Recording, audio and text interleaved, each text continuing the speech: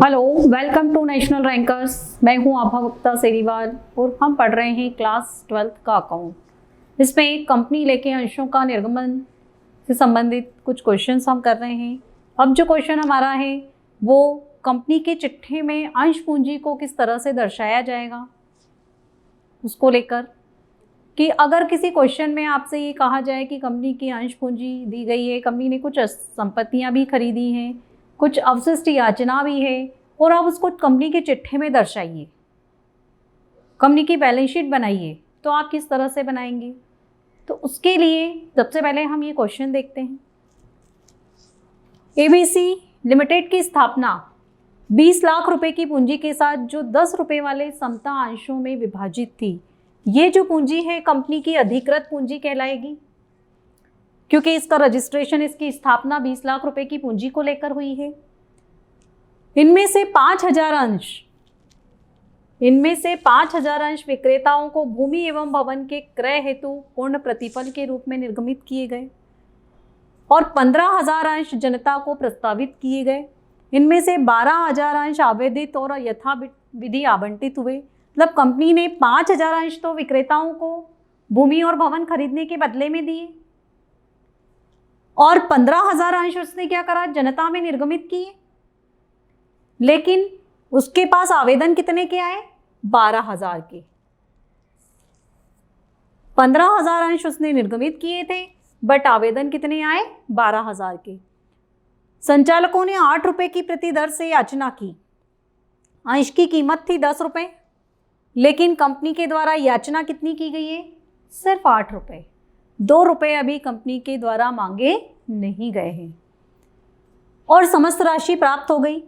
सिर्फ राघव द्वारा धारित 1,000 अंशों पर 3 रुपए प्रति अंश के साथ एक याचना राशि को छोड़कर।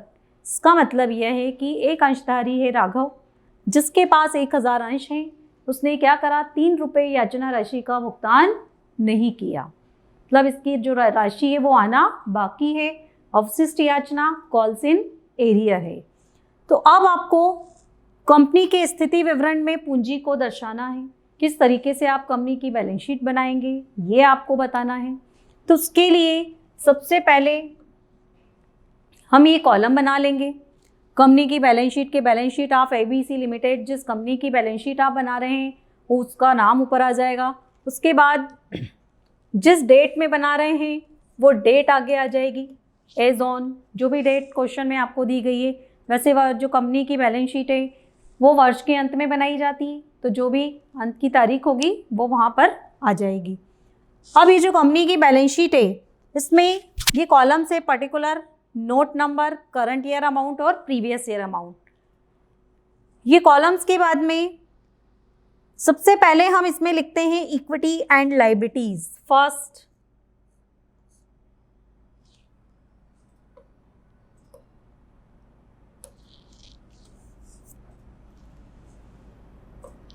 ये फर्स्ट लिख देंगे हम यहाँ पर, इक्विटीज एंड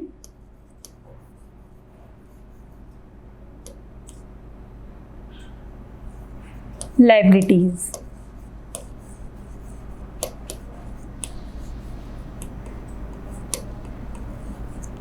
ये लिख दिया हमने। इसके बाद में ये हेडिंग है इसका, और इस हेडिंग के अलावा इसके जो सब हेडिंग्स होते हैं उसमें लिखेंगे हम नंबर 1 शेयर होल्डर्स फंड,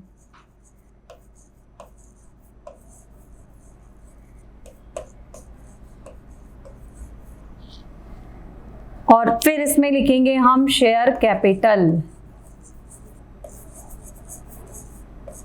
ये कंपनी की बैलेंस शीट है। बैलेंस शीट में आपको डायरेक्ट कैपिटल में कितना जो भी प्लस या माइनस है वो नोट्स अकाउंट में करेंगे आपको यहाँ फाइनली जो अमाउंट है वो लिखना है। तो उसके लिए हमको क्या करना होगा? पहले नोट्स टू अकाउंट बनाना पड़ेगा एज ए वर्किंग नोट के रूप में। तो पहले नोट्स टू अकाउंट पे चलते हैं हम। नोट्स टू अकाउंट में ये कॉलम बनाएंगे हम, पर्टिकुलर और अमाउंट। अब इसके लिए सबसे पहले नंबर 1 हम लिखेंगे शेयर कैपिटल। ये नोट नंबर 1 है हमारा शेयर कैपिटल। ये हमने लिखा। अब शेयर कैपिटल में जितनी भी कंपनी की कैपिटल है वो सब आ जाएगी, जिससे अथोराइज्ड कैपिटल जो रजिस्टर्ड कैपिटल कंपनी की हमको दी गई थी वो इसमें लिख देंगे हम। सबसे पहले अथोराइज्ड कैपिटल, अथोराइज्ड कैपिटल। अब अथोराइज्ड जो कैपिटल थी कंपनी की वो 20 लाख रुपए थी और एक शेयर की वैल्यू कितनी है 10 रुपए। तो 20 लाख में 10 से डिवाइड कर देंगे तो share capital number of share कितने आ जाएंगे 2 लाख। तो यहां पर हम लिख देंगे 2 लाख इक्विटी शेयर्स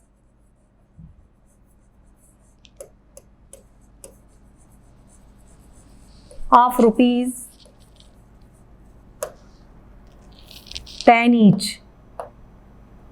एक शेयर की वैल्यू कितनी है 10 रुपीज, तो हम लिख देंगे ₹10 ईच। तो टोटल शेयर कैपिटल हो गई इसकी 20 लाख। यहाँ लिख देंगे अमाउंट के कॉलम में 20 लाख। ये कंपनी की अथोराइज कैपिटल है और अथोराइज कैपिटल को सिर्फ शो किया जाता है, उसको टोटल में इंक्लूड नहीं किया जाता है। इसके बाद हम लेंगे इशूड कैपिटल जो पब्लिक को इशू की गई है।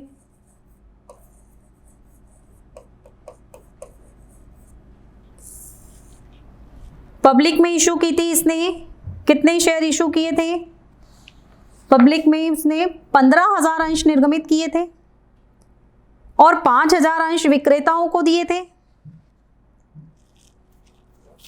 यहां पर लिख देंगे 20,000 इक्विटी शेयर्स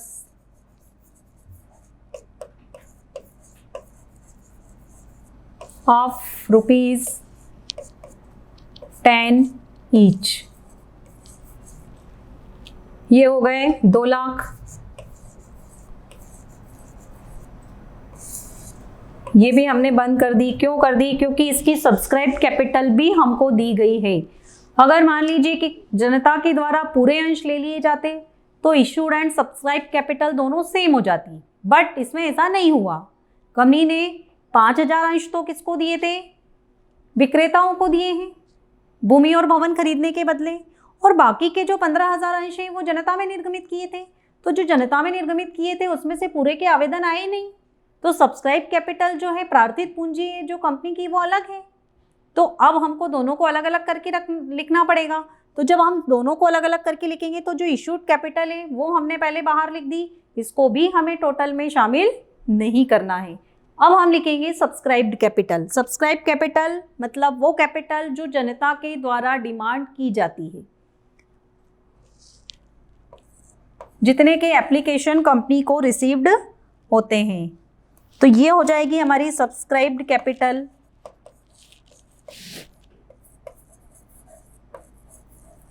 यहां पर लिख दी हमने।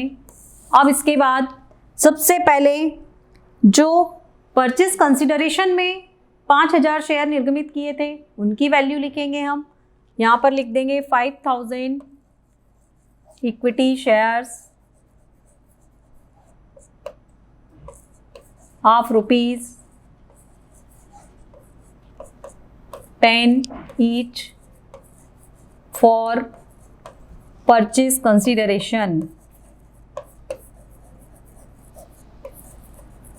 ये सारा डिटेल आपको नोट्स टू अकाउंट में करना है और जो फाइनली अमाउंट आएगा वो आपको बैलेंस शीट में शो करना है। तो 5,000 शेयर हैं और एक शेयर की वैल्यू है 10 रुपये, तो 5,000 इंटू 10 ये हो गए पूरे 50,000 जो विक्रेताओं को दिए गए थे। अब इसके बाद जो पब्लिक के द्वारा डिमांड किए गए हैं वो हम यहाँ पर लिखेंगे, इसी में आगे कंटिन्यू करेंगे हम।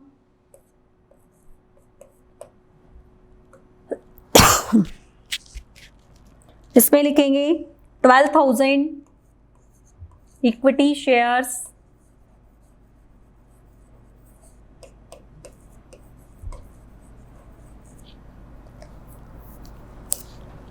Of ₹10 10 each rupees 8 per share called up। हमने ऐसा क्यों लिखा? 12,000 शेयर हैं, 10 रुपए का एक शेयर है, 8 रुपए कंपनी ने मांगे हैं, कॉल किए हैं, बाकी के 2 रुपए अभी कंपनी ने कॉल नहीं किए, इसलिए हमको ये लिखना पड़ा कि ₹8 पर शेयर कॉल्ड अप। तो 12,000 शेयर हैं और एक शेयर पे 8 रुपए मांगे गए हैं कंपनी के द्वारा, तो अमाउंट कितनी हो जाएगी? 96,000। आप चाहें तो यहाँ पर इस तरह से उसको कर सकते हैं, 12,000 इंटू 8, तो ये अमाउंट आ जाएगी आपकी 96,000। ये आना चाहिए था, लेकिन क्या हुआ? एक अंशधारी राघव, जिसके पास 1,000 अंश हैं, उसने 3 रुपये प्रति अंश की दर से याचना राशि का कंपनी को भुगतान नहीं किया, तो वो उसका रुपया जो है वो आना बाकी है। आना बाकी है मतलब कॉल्स इन एरियर है। 96,000 में से 3,000 रुपये कंपनी को प्राप्त नहीं हुए, वो उसमें से माइनस कर देंगे हम, माइनस कॉल्स इन एरियर। 1,000 अंश थे उसके पास, 3 रुपये के हिसाब से 3,000 रुपये माइनस हो जाएंगे, तो ये आ जाएंगे बाहर 93,000। अब 93,000 ये था हमारा और 50,000 उधर थे हमारे, तो टोटल दोनों की करेंगे हम, ये आ जाएगा 1,43,000 टोटल। ये नोट नंबर 1 हो गया, ठीक है। अब हम नोट नंबर 2 बना लेते हैं। नोट नंबर 2 में नॉन करंट असेट्स,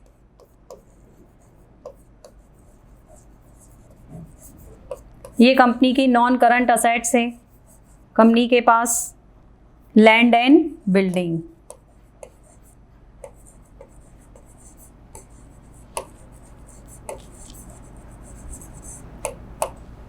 $50,000 की, इसको बंद कर दिया हमने। और एक और है इसका cash and cash equivalent, cash and cash equivalents.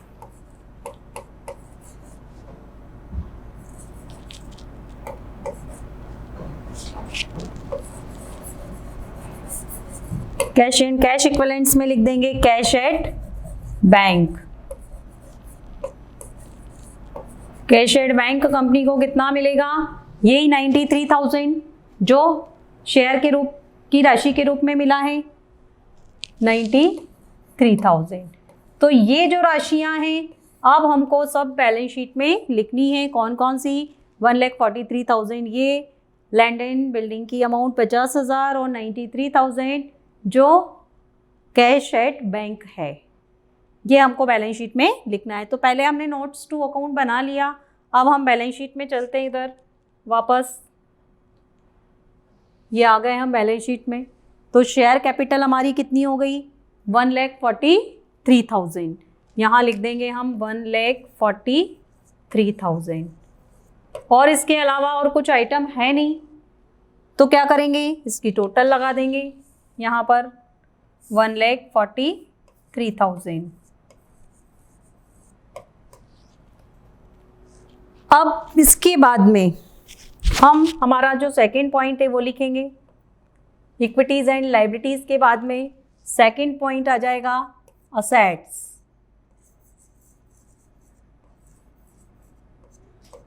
जो भी कंपनी के असेट्स हैं वो लिखेंगे हम। अब इसमें हमने नोट्स नंबर 1 बनाया था, तो यहाँ हम लिख देंगे 1, मतलब ये नोट नंबर 1। इस अमाउंट के लिए आप नोट्स टू अकाउंट का फर्स्ट वाला पॉइंट देखें, इसका मतलब ये होता है। तो अब हम असेट्स लिखेंगे। असेट्स में सबसे पहले आ जाएगा नॉन करंट असेट्स।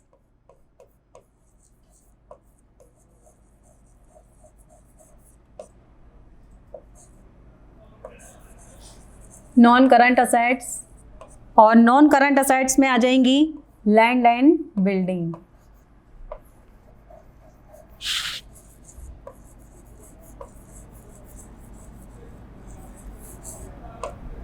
ये अमाउंट था 50,000 का, ये नोट नंबर 2 में हमने निकाला है। उसके बाद में सेकंड नंबर पे आ जाएगा करंट असेट्स,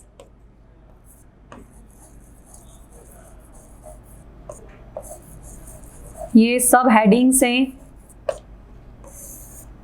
जिनके अंतर्गत हम अमाउंट लिख रहे हैं। इसमें आ जाएगा कैश एट बैंक,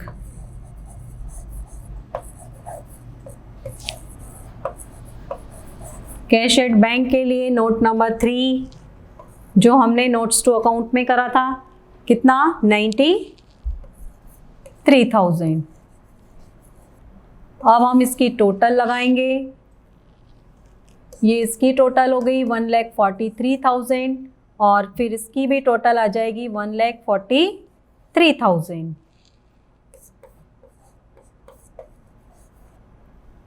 तो ये थी कंपनी की बैलेंस शीट जिसमें आपको कंपनी की पूंजी को दर्शाना था कि जब कंपनी अंशों का निर्गमन करती है तो उसको अपने स्थिति विवरण में, अपनी बैलेंस शीट में किस तरीके से उसको दर्शाती है। उसके लिए पहले आप ये फॉर्मेट बना लेंगे। फॉर्मेट बनाने के बाद जो भी कंपनी के दिए गए फॉर्मेट में जो भी सीक्वेंस है उसके हिसाब से ही आपको कंपनी की बैलेंस शीट बनाना है, और उसमें पहले आपको नोट्स टू अकाउंट बनाना पड़ेगा। नोट्स टू अकाउंट बनाकर आप जो भी डिटेल है वहाँ पर लिखकर कॉल्स इन एरियर और जो भी है इस तरह से आप माइनस करके, और जो भी अगर कॉल इन एडवांस है तो उसको आप प्लस कर देंगे। उस तरीके से फाइनली जो अमाउंट निकल के आएगी वो आपको शेयर कैपिटल में शो करना है। यहाँ पे आपको कुछ भी लिखना नहीं है, सिर्फ आपको शेयर कैपिटल लिख के और डायरेक्ट अमाउंट पुट करना है। और यहाँ पे हमने नोट नंबर 1 लिख दिया, मतलब इसके लिए आप नोट्स टू अकाउंट का पॉइंट नंबर 1 देखें तो पूरा डिटेल आपको पता लग जाएगा। इसी तरह से असेट्स में भी हमने ऐसे ही किया। नोट नंबर 2 में ये असेट्स को शो किया, फिर करंट असेट्स को नोट नंबर 3 में शो किया हमने। तो इस तरह से देखो लाइबिलिटीज़ की और असेट्स की दोनों की टोटल इक्वल आना चाहिए बैलेंस शीट में। तो लाइबिलिटीज़ की टोटल आ रही है 1,43,000 और उसी तरह से जो असेट साइड है उसकी टोटल भी आ रही है 1,43,000। तो ये थी कंपनी की बैलेंस शीट जिसमें हमने कंपनी की पूंजी का लेखा किया कि किस तरह से कंपनी को अपनी बैलेंस शीट में उसको मेंटेन करना चाहिए। Thank you.